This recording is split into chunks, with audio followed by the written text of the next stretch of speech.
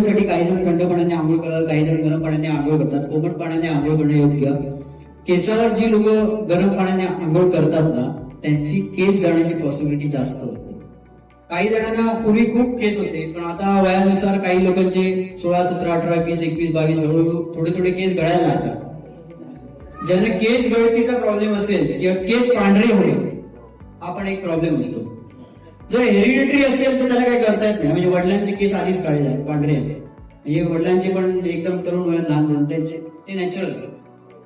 पण सगळ्यात महत्वाची गोष्ट, पाण्याचा वापर जर तुमचा अति कडक गरम पाणी, जर काही जण अति कडक गरम पाण्याच्या आंघोळ घालायची सवय असते, तर केस गळायला लागतात. कारण शेतीत आपण कसे माती असते, माती आपण पहिल्यांदा व्यवस्थित करून घेतो आणि मग आपण बिया टाकतो आणि मग पीक येतो.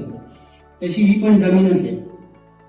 ही जेवढी गरम होत राहील तेवढी केस आहेत, केसांची मुळं ही हलणार, केसांची मुळं हलली की केस सुटणार आणि खाली पडणार आणि गळायला लागत राहतात केस. लक्षात ठेवा. दुसरी गोष्ट, जागरण जर जास्त असेल तर केस गळतील, केसांवर परिणाम होतो. जागरण